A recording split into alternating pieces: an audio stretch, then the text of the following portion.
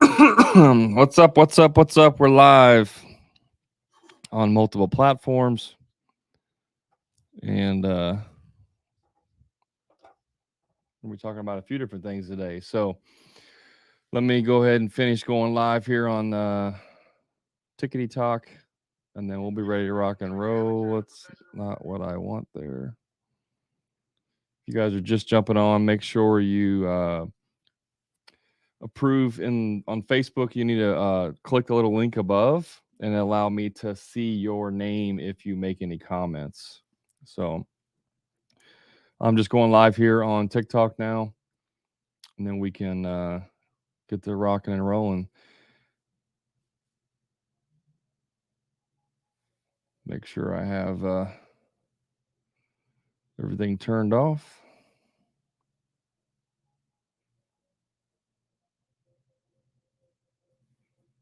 There we go. All right, so we're now live on everything. Today we're going to be talking about technology in your business, using technology in your business. Now we can also lump this into kind of a general Q&A for anything you got. So if you guys have any questions specifically about different types of technology and ways you can automate your business, that might be a better term, better name for it, is how to automate your business. But we're talking about technology here. Let's be honest. So if you have any questions about that, throw them in the comments. If you want to know how to automate different parts of your business, throw those in the comments, and we'll start talking about them. But mainly today, we're going to be talking about using technology to automate your business. But we're also going to throw in anything. So anything about sales, marketing, any other aspect, go ahead and throw it in the comments. This is the viewer Q&A session today. So I want to give you guys as much value as possible before Christmas as my thank you to you guys for being viewers and watchers. It's the Christmas bonus special. Let's say that. Makes it sound better. I don't know if it really adds any more value, but it makes it sound better at least. So if you guys are on here watching, throw your questions in the comments. So technology, automation. I always say that technology is a force multiplier. What does that mean? It means if you use technology, you can actually eliminate some jobs completely. You could multiply your efforts without having to do more. So it's a force multiplier. That's what I mean by that. So you some of you may have even heard about the new chat gpt AI software that's been released. If you haven't heard of that, if this is the first time you've ever even heard of the term chat gpt, go ahead and Google search it.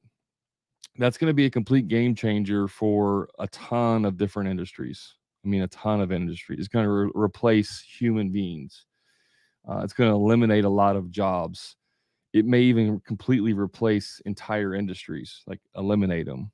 So it's going to be a game changer. It's in its infancy right now, but the unlimited upside potential and downside potential has still yet to even be realized. So go search that up and do some research on it. Basically, it's an AI platform that will it can write Facebook ads for you. It can write blog posts for you. It can write emails for you. It can do any number of things that you it would normally take you, an hour to 2 hours to create a blog for your website. The AI can create one in about 10 seconds.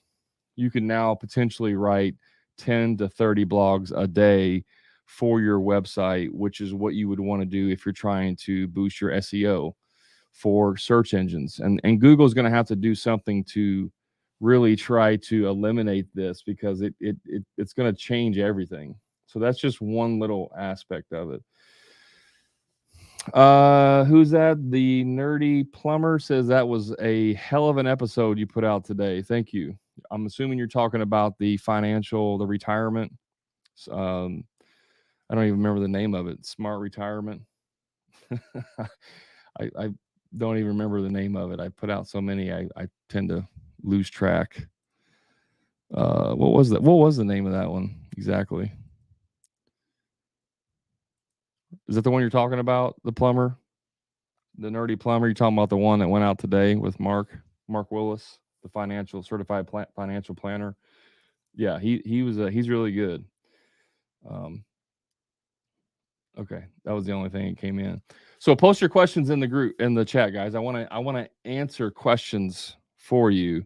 Yeah, the one with Mark Willis. Yeah, yeah. Mark's on top of it. If you guys need some financial advice, financial planning, I should say, reach out to Mark Willis. Startwithmark.com is the name with is his website that you can go get some research. But yeah, I learned a ton on that interviewing him. I really did. Like I'm not familiar with that whole side of the whole life, using whole life as an investment vehicle and all that stuff. So thanks for sharing that, the nerdy plumber. I appreciate it. Um, yeah. So what questions do you have for me? I want to provide value for you. I don't want to just talk about nonsense things that I think you may want to hear about, but don't provide you any real value. So do me a favor and just throw your questions in the comments, and then I can answer them and we can get going on this. I'm gonna take a drink while you're doing that.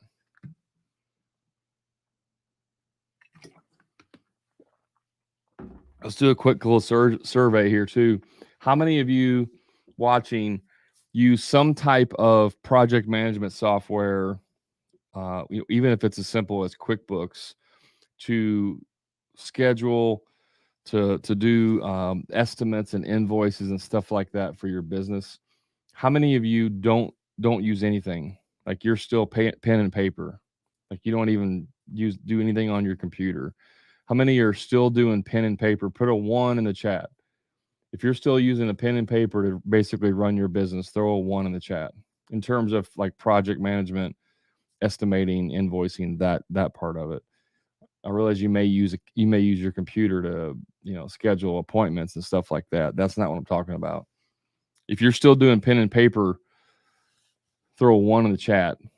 If you're using a project management software specifically built for construction companies, throw a two in the chat, because I always like to hear who is using different ones. Sometimes there may be a new platform that's come out that I've never heard of that may be beneficial to my viewers, to my clients and listeners. And so I like to know about them. That way I can go research them and then share them with everybody. So if you do use something, put a two in the chat and let me know what you use. Like if is it Jobber, Cost Certified, Progil, Job Tread, Builder Trend. Like which one do you use? I see QuickBooks for billing, only pen and paper for everything else. Okay. Killerbot says I use QuickBooks for my property maintenance business. I use rudimentary Excel program I built, Excel formulas I built for my estimates. Okay. Yeah, I mean, some of you guys have built out really extensive Excel estimating, worksheets, and that's fine. That's not a problem at all. If you have I mean, if you're a one man show, or maybe you have one or two guys, and all you do a very simple thing, like maybe you do seamless gutters, and it's just you and a helper, and that's it. You don't plan on growing or doing anything else. You probably don't need to have a very intricate software platform that's going to do everything else for you. But if you're wanting to grow, if you're wanting to have multiple employees, if you're wanting to get off the tools, if you want to be able to create systems so that your business runs without you, at some point you're going to have to invest in some type of project management software. QuickBooks is fine for spitting out estimates and invoicing and doing the accounting side of it, but QuickBooks doesn't do anything with scheduling, doesn't do anything with task, doesn't do anything with work orders or anything like that, where it's going to allow you to scale your business if that's what you want to do. Like I said, if you want to stay small, one man operation type thing, you can probably get away with just a pen and the paper for most stuff.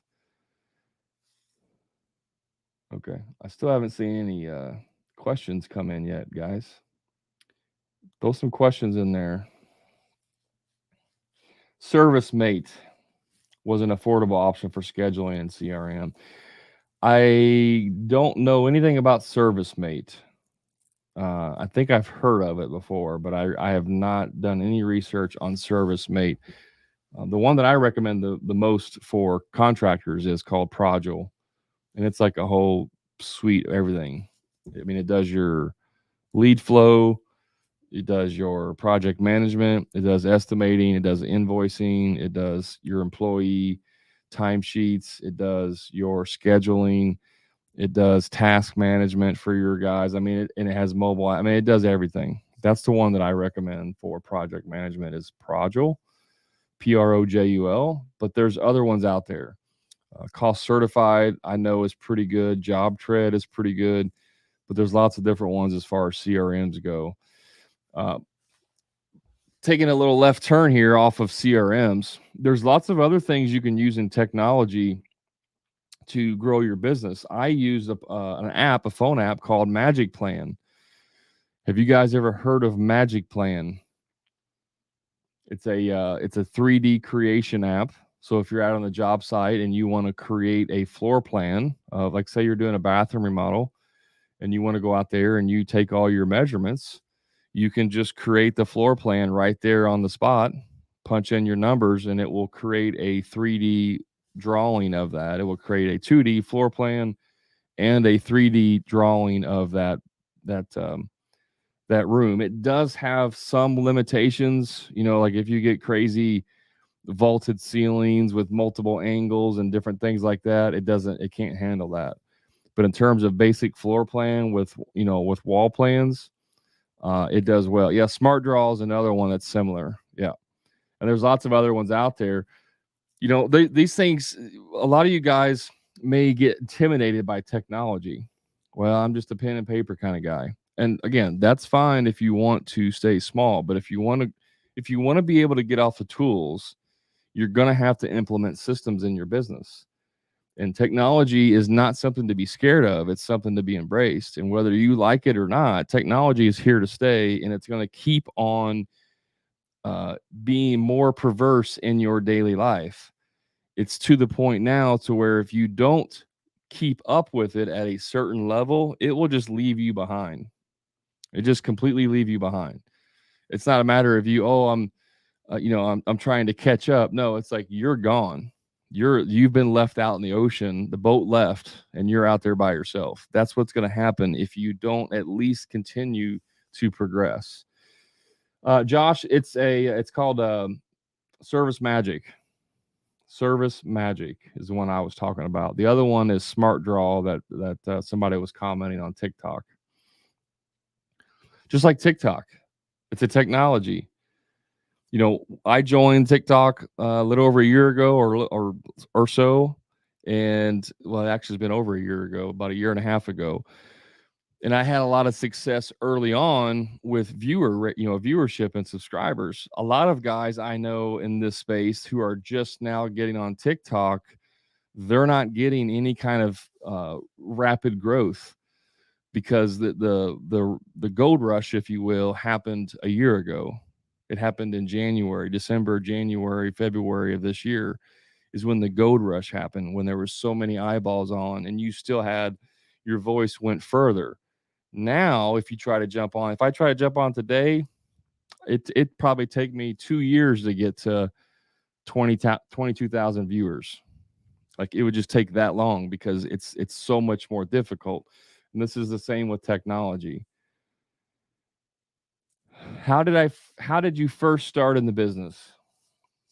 Well, I'll share that with you, but I don't know how that helps you. I mean, I don't mind sharing it, but I'm here to help you guys in your business. I got started with a pickup truck, $1,000 in the bank, and a few hand tools, and I started a handyman business because that was really all I could afford to start. That was in 2009 when the last housing market crash started here in the Midwest where I'm located. It really didn't hit us until 2009, and everyone else was leaving the industry. Like construction businesses were just folding right and left. And I said, that's a good time to start a business. And so I started my business in 2009 with that, and then grew it and had it for the last 11 years. And we moved into remodeling and more larger things over time. Did I miss any questions? No. Okay. So that's how would you suggest divvying up bank account allocations? Yeah, that's a great question, Nerdy Plumber. I don't know if you listened to my other podcast on that. A good one to listen to on that one is with Alicia. She was my bookkeeper. I'm trying to find that podcast. I have them all right here in front of me now, but I'm trying to find episode 54. Check out episode 54, the Profit First Accounting with Alicia Ostis. Kind of hard to say. Ostis. She was my bookkeeper. She's a Profit First certified um, uh, accountant. So she went through the Profit First accounting methodology training, and now she's a certified Profit First accountant. If you guys don't know what Profit First accounting is, you should read the book Profit First Accounting. I don't think I have it here. Do not have it here, but go look it up. It's by Mike Michalowicz. Don't ask me to spell it. Mike Michalowicz. Profit First is the name of the book, and do whatever it says. So as far as divvying up bank account allocations, you should have at least 4 to 5 bank accounts set up so that you can separate your money. If you're operating your entire business out of one bank account, you are setting yourself up for major failure and difficulty.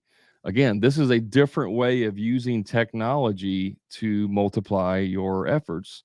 If you have multiple bank accounts, for example, you should have an income account where all of your deposits go into. You should have a OpEx account, operating expenses account. That's where everything gets paid out of. You should have a payroll account. Money goes in there just for payroll. You should have a taxes account. Money you put in there to cover your quarterly and yearly taxes. And then you should also have like an owner pay account where you put money in there for yourself. You could have an owner bonus account if you want to do that. But the last account that I say you should have is a customer deposit account. If you take customer deposits, depending on what you do, you should have a customer deposit account that you deposit the money into when you receive a deposit. Because a lot of people, what we do is we get a $10,000 deposit for a job and we put it into our one bank account. And now all of a sudden, we had $5,000 in there. Now we have $15,000 in our account. And it's like, woohoo, I got money in my accounts.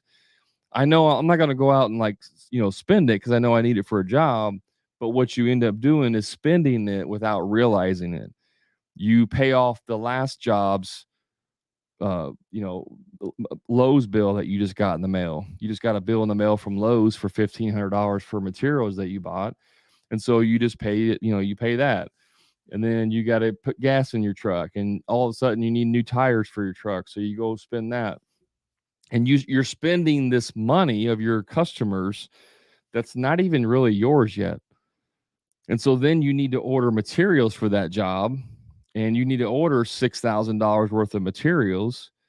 But you've spent $5,000 of that money. So you really technically only have $4,000 of that money in your account. And this is where you get in trouble because you're trying to run everything out of your business through one single account and you have no idea where the money is doing or what it's for. So if you break it out into multiple accounts and you use allocations, in other words, percentages, then every time you deposit money into your account, that percentage, whatever you work through, if you buy the book, it tells you how to do it. You work through that percentage that every time you deposit 10,000 in that into your bank account for whatever, if you receive invoices from or payments for invoices from clients, now that money is allocated across all those accounts based on percentages. I think for me in my construction business, 47% was my OpEx account.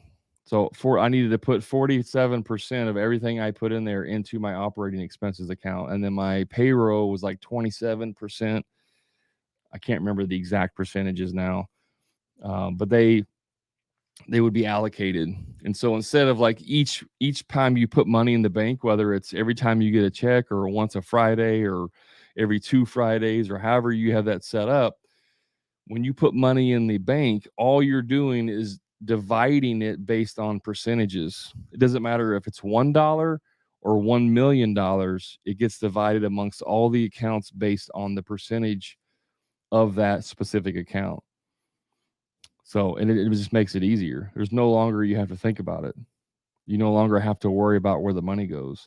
And the customer deposit account, you put that $10,000 deposit in there until you have to do one of two things. You have to pay for materials that you ordered, or you're paying for labor that you've, done on the job.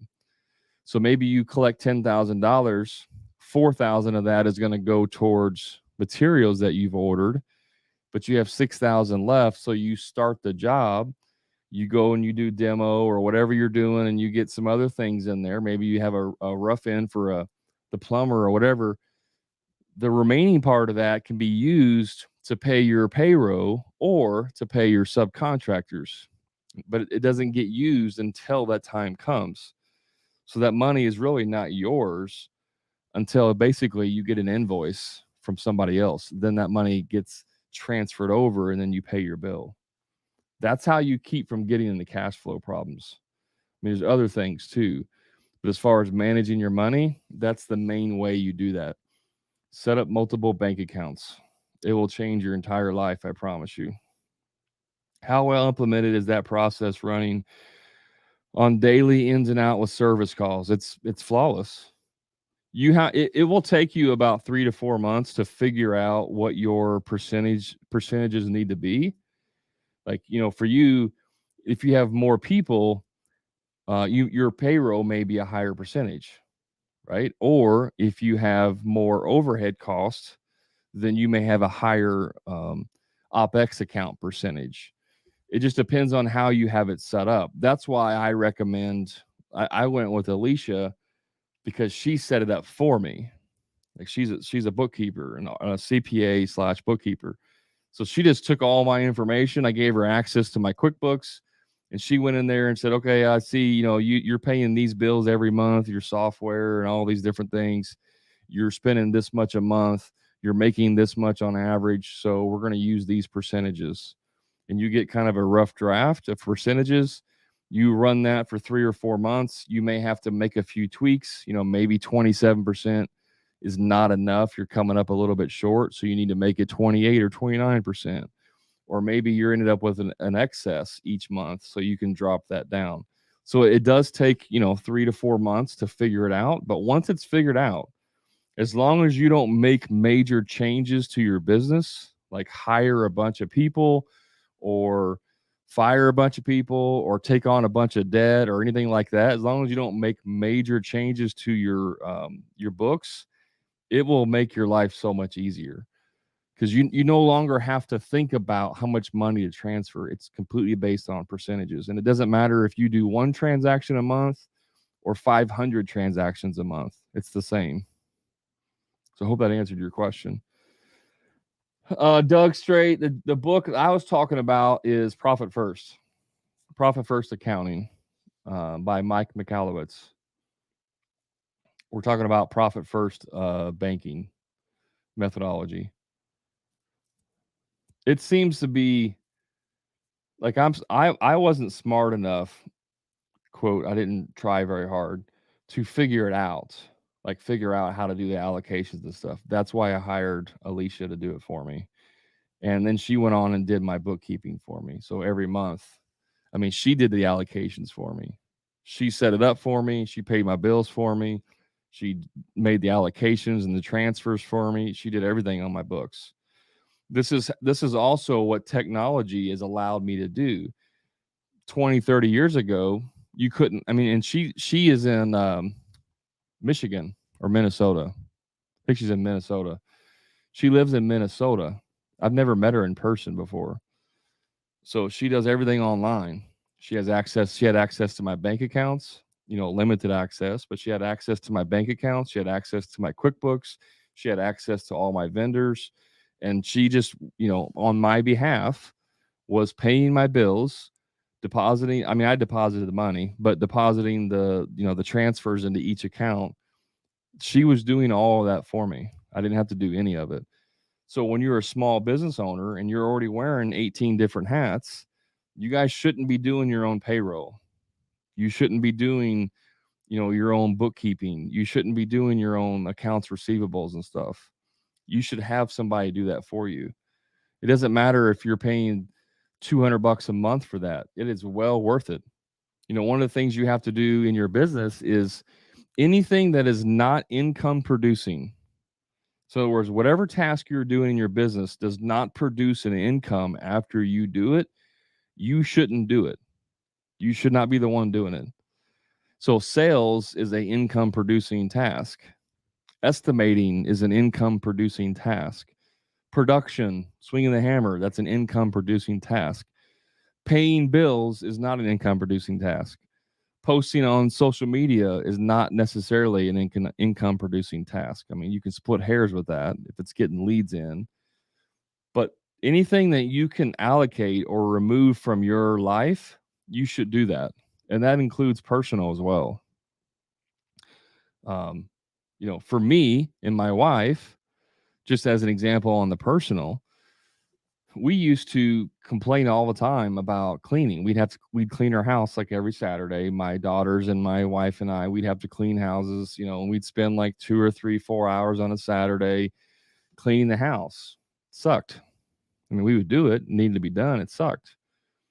But once we were able to afford it, we hired a house cleaner. So now we have someone that comes in every 2 weeks and cleans our house. I mean, we still have to like take care of it. But no longer do I have to waste 3 or 4 hours of my Saturday to clean the house. It actually alleviated a lot of stress for my wife because she also works outside the house. I didn't want to cut grass. I could cut my grass in 15 minutes flat. I had a 0-turn mower, a smaller yard, could cut my entire grass in 15 minutes. I hired somebody to cut my grass. It's worth it because it's no longer a task I have to come home from work and be like, oh man, I got to cut my grass now. And that was more important whenever I was swinging a hammer back, several years ago when I was on the tools. I didn't want to come home on a 95-degree summer afternoon and cut my grass after I've been working outside, on a deck or something. So for me, that was a better quality life. And this is the same for your business, your personal and your business, when it comes to how can you remove things from your daily task, will make your life better. I was just talking to my wife yesterday. I said, it's not something that's really important right this second, but eventually I want to start having our clothes taken to dry cleaning. We're fully capable of washing our own clothes. We have a washing machine. That's not the issue. The issue is the time savings that you get by having someone else do that stuff. And sometimes in some certain circumstances, by having someone else do it, they're going to do a better job than you. My yard looks better than I do when I was cutting it because I didn't give a crap about cutting my yard. It wasn't that important to me.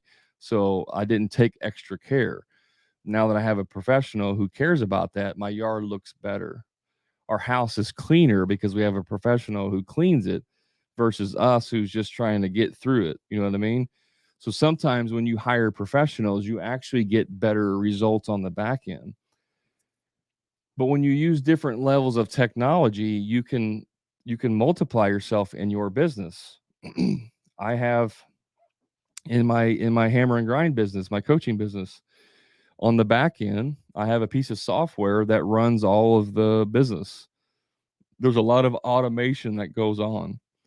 If you guys go and you sign up for something I have, if you download a free, lead magnet that I have, the worksheet that I have, you just get put into my system and the automation goes automatically. If you receive emails from me through some way or another, that's all automatic. I don't do any of that stuff. Yes, I had to set it up once to get it to work, but once it's set up, you never have to really work with it again unless something changes. And this is the same in your business. When you learn how to automate and systematize your business, no longer do you have to keep doing the same repetitive task over and over and over again, which will just drain you. and it takes away from the important things that you should be doing in your business. I had one of my I had a one on I have a one on blah, if I could talk. That's a signal I need to take a drink. I have a one-on-one client who he's working through creating some systems, and I asked him. We had a meeting this morning, and I asked him if he had worked on some more systems, and he said, "Yeah, I did one." He said, I didn't put it like on the computer. I just do it on a piece of paper." And it was really because for every time they go do a job, there's certain things that they need to take. There's certain extra parts they need to take, and because of what he does, he doesn't have like a full size van, so he can't really stock a lot of stuff because of the equipment and stuff that he needs for the job and what he does. And so he has to like load up before he goes. So all he did was create a very simple checklist on a yellow notepad that he has to do every single time already. Every time he does this job, and it's not a job that he does every day. I mean, he does different services. When he does this one particular service, he has to take these extra parts. And so all he did was create a list on a yellow notepad of all of the things that he needed to take so that he wouldn't forget, so that he wouldn't get an hour away doing an install and then realize that he needs an extra part. And what he learned today, which is exactly why when you create systems in your business, it's a living document. It's not a once and done. He got there and realized that he had forgotten to put one specific extra part on his notepad. He just forgot to write it down. So he went in there and he wrote it on his notepad. That way, next time he doesn't forget it again. But he created a system, right? And in a way, this is almost like creating technology or using technology. But he created a system so that now the next time he does that job, he doesn't have to think, okay, now what do we need to take? Oh yeah, we need a chop saw. We're going to need the drills. We're going to need a circular saw. We need this material. We need to take an extra one of these. We're going to need the sawhorses. What else do we need? Oh yeah, we need this. How many of you have ever done that? How many of you run your business now like that? You go to the job or your house or whatever in the morning and you load up your tools based on what you think you need that day. And then you get to the job site and realize you forgot X. And then you have to go back to the house, go back to the shop, go to the store. The store is 15 minutes away. Your house is 45 minutes away, but you have 27 of those extra things you need at the house. So what do? You go to the store and you buy another one because it's quicker to go to the store and buy another one than it is to drive 45 minutes to your house or your shop. And so now you have 28 of those things, right? So those are things that we do, guilty as charged, and we don't.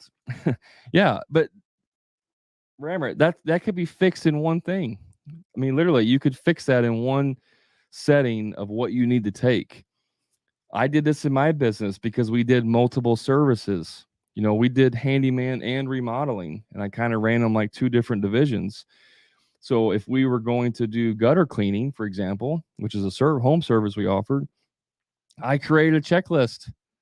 It said these are the things that we need to make sure we have with us if we're going to go do gutter cleaning. If we were going to go do decks, if we were building a deck, I had a box, one of those big old like DeWalt rolling boxes, like the huge ones, handle pulls out and you can pull them.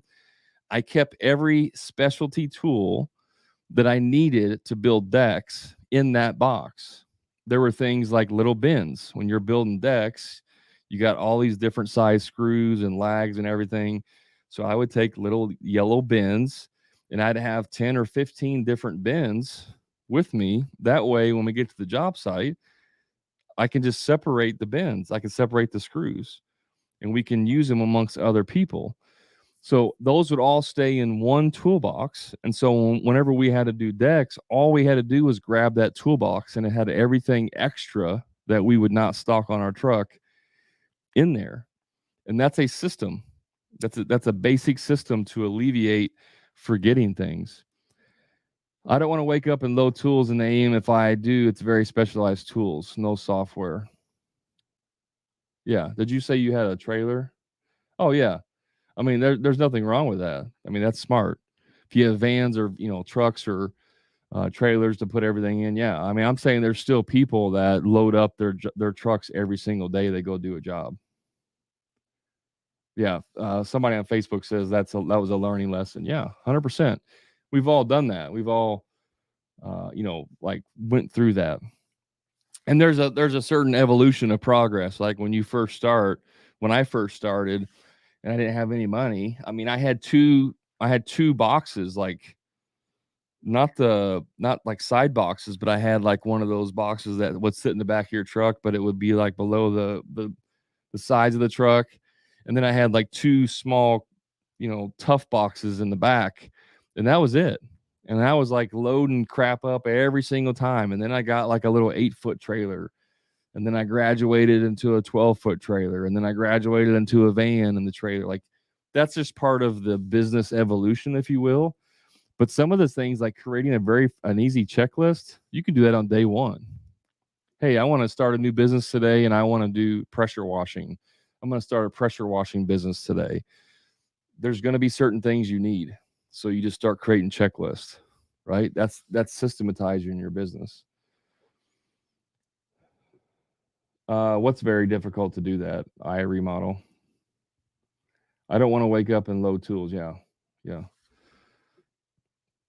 But see, that's the thing with some of us, like we understand the physical part of what it's like to load up a tool and then load up our trucks and then forget a tool and have to go back. Like that's easy for us to say that's a pain in the butt. I want to fix that. But what a lot of us don't do, especially if we're technology challenged, is say, paying two, three, $400 a month for a piece of software to run our business just seems like an extra expense. That's what we say. But in reality, it will save you way more than the $200 it's costing you a month to have that piece of software. If it's not making you money, it's not worth it. So sometimes you have to look past the cost of things and understand that it's a tool. Software is and technology is a tool no different than your hammer. And so tools are designed to build things, right? To fix things, to make things better and easier. And so software and technology is a tool if we use it. If we don't use it, it becomes a liability to us because now the company down the street who's doing the exact same thing that we're doing and can go out there on site and spit out an estimate in 15 minutes for the job, but it takes us 3 days because we got to go back to the house and then figure up all the materials and do it on hand and get our whatever it's called, the abacus out and figure all that out. He's already sold the job and got it done before we can get our estimate back because they're utilizing technology, and we're over here saying, well, technology, that's going to end the world. And I'm just not very smart when it comes to technology. Guys, ignorance is not an excuse for effort. I mean, seriously, ignorance is not an excuse for effort. It's also a billboard at every job. And we do, yeah, 100%, 100% trailers, wraps, all that stuff are worth it.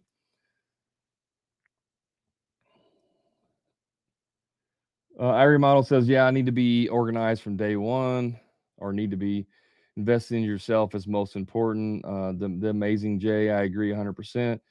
Agree if you have multiple crews, but again, having a box truck or a trailer, most all tools on hand.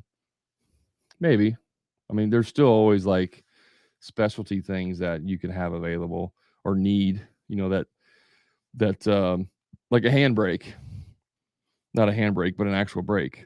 I have a brake. It's like 12 foot long, right? I don't carry that on my truck every single day because I don't need that every single day. If I'm going out and doing a repair though, like a fascia repair or some, window wraps or something like that, I need the brake. But there's other things I need besides just the brake. I need stands to put the brake on. So those are things like where you're not taking that stuff every day. Those are usually the things where we forget stuff. So just make a checklist. And that way, whenever you use that next time, You won't forget it. Benjamin says, what tech is available to manage social media marketing? I am new to social media marketing. Not sure learning this part is the best use of time. It depends, Benjamin. You can hire out companies to do your marketing. I say at the very minimum, you should at least understand it. But really, your social media marketing, like Facebook and maybe TikTok or something, really should come from in-house. And that's just my opinion, only because your business. And really nowadays, there's a larger effort or a larger value. What's the word I'm looking for? There's a larger um, emphasis. It's not the word. It'll come to me in a second. People want to see the owner and these employees of a business creating social media than some outside agency, right? So there's lots of companies that say, hey, we'll manage your social media and we'll post every day on your behalf.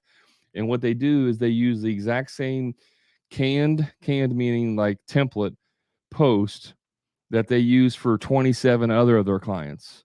They just swap out the name to your name. They use the same picture, the same copy, and they post it on your account. And it's dumb stuff like, hey, here's the top 3 tips for how to pressure wash your house or whatever. And so that's the same thing that's across Facebook on multiple platforms. And then sometimes you can get penalized for that stuff. So that's why I say it's better to do social media yourself and then hire out your Google ads, hire out if you're running Facebook ads, that's a little bit different. But as far as like organic posting, it should come from you. Now, Benjamin, to answer your question, I use a software called Publer, Publer, Publer. There's other ones like Hootsuite, and there's even other ones beyond that. Publer is where you can go on there and you can schedule posts. You can post to multiple platforms at one time. So if you use Instagram, Facebook, and maybe YouTube or something like that, you can go on there and just post the same info to multiple platforms. You can schedule it. I mean, you could schedule out the entire calendar. You could spend one entire week, and this is what a lot of agencies will do for you, is that they'll just spend one whole week creating content and then schedule it for the rest of the year. So you're like not even thinking about it for the rest of the year. And then occasionally, you're just doing your live videos and your random post yourself. So like I said, I use Publer, Publer, and I'll post a link when I get done here, Benjamin. I'll post a link to that in the chat for you as well.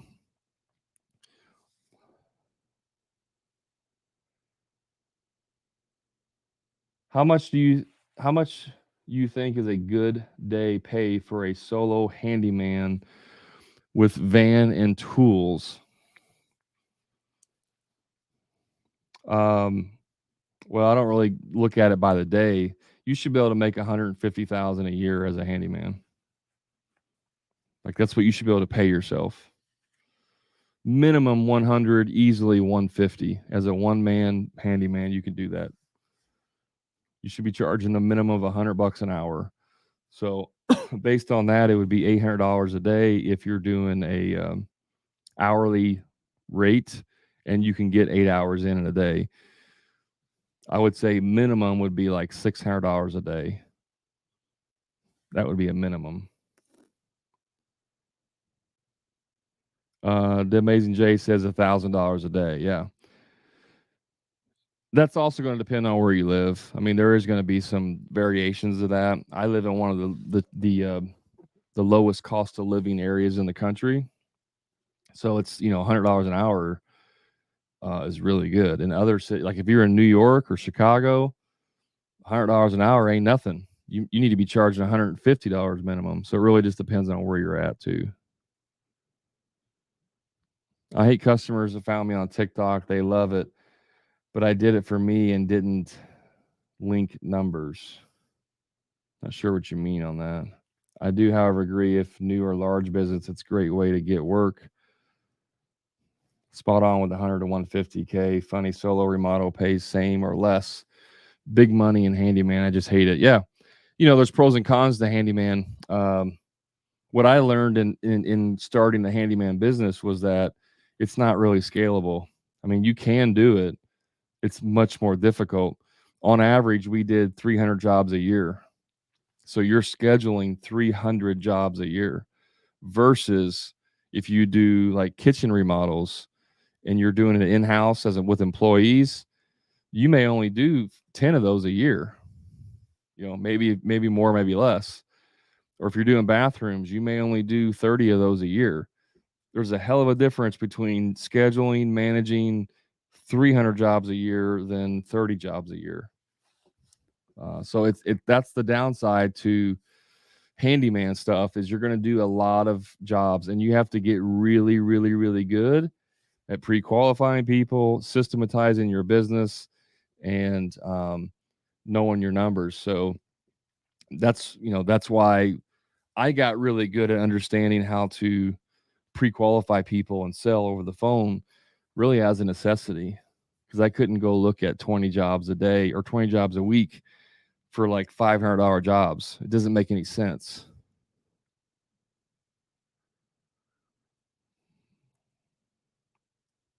Yeah, Dallas, Texas, $1,000 a day is pretty good. What's your best source providing you leads? Google, 100%. For contractors, Google should be number one on everybody's list. Are there going to be some special case use, allocate? Yeah, sure. If you're not on Google and you're not running pay-per-click ads, that you're missing out on a crap ton of leads. I got on average 60 leads a month mostly from Google. Mostly about 40 or so leads came from Google. And I was only paying about $150 to $180 a month on Google pay-per-click, because I use a very strategic strategy, which is the low-hanging fruit method. So the handyman side of the business would fund all of our remodels. So I didn't really have to market for remodels because they would call us to come out and install a door, fix a leaky faucet or whatever it was, and say, oh, by the way, do you do this other stuff? Well, yeah, we sure do. And we would wow them with our professionalism on our service side, and that would always give us work on the remodel side. So I pretty much never advertised remodeling, but that's what we did. Most of our stuff was remodeling because it came from the service side. And what I would do is advertise things that nobody else were advertising, like, for example, gutter cleaning. People don't advertise for gutter cleaning. It's not fun. It's kind of sucks. You're up on a ladder cleaning out messy gutters. It's not fun. But I got more bathroom remodels from gutter cleaning jobs than just about anything else. And because no one else is advertising for gutter cleaning jobs, the cost to advertise was like $1.50. So I could pick up a gutter cleaning job for about $1.50 a lead, and then that would convert over into a $15,000 to $30,000 remodel project. So I call it the low-hanging fruit method, where you advertise for things that other people don't. Because if I was running ads for like bathroom remodels, I would be paying between $5 to $25 a lead, a click. And that will put you out of business. If you're not good at converting those, you will start burning money like crazy. So that was my strategy. Number one should not be referrals. I'll fight you tooth and nails on this, IRE model. I will fight you on this. Number one should not be referrals. And here's why. You cannot go out today and get 10 referrals. There's nothing that you can do to generate 10 referrals. Nothing. You can go out. I could go out if I know that if I spend $100 and I get 50 leads from that, and out of 50 I close, let's say, 15 of those jobs. All I have to do is, instead of spending $100, is spend 200. and that will give me an extra 15 jobs. If I want an extra 30 jobs, I just spend $300. You can't scale your marketing with referrals. No, you can't. You can't. You cannot scale referrals. Referrals are the best type of lead to get. Hands down. When someone hands you a referral, that's almost good as gold. But if you want to grow a business, you're not going to grow it on referrals. You're not. Especially if you want to grow at an accelerated rate. Are there things you can do to make that a little bit better? Yes, you can. There are certain things you can do to help get more referrals, if you will. But if I said, go get me 15 referrals today, you couldn't do that. And if I said do that every single day, you couldn't do that. I mean, if I said do it today, you'd go out and probably call every one of your clients, and you might be able to scrum up 15 referrals today. But if I said now do that every day for the rest of the month or for the next 30 days, you would run out of customers. You wouldn't be able to generate referrals. So referrals are not scalable. It's not the best way to get leads. They're the best type of lead, but not the best way to get leads. Facebook user says, I'm on Google with excellent reviews, but phone is on ghost mode the past few months. There's lots of things that can go on with that. I mean, there's too many things to speculate on why that's happening. It could be economy fears. It could be your marketing. Even though you have really good reviews, your website may suck.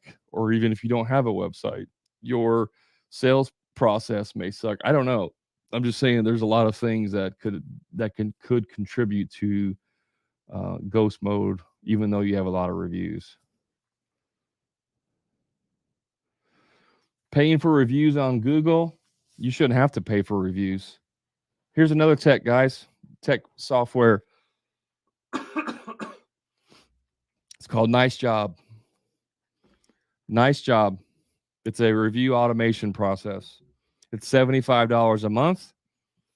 It's the best $75 you can spend. I started using Nice Job about 2 years ago in my construction business. And in the first year, I added like 150 reviews to Google.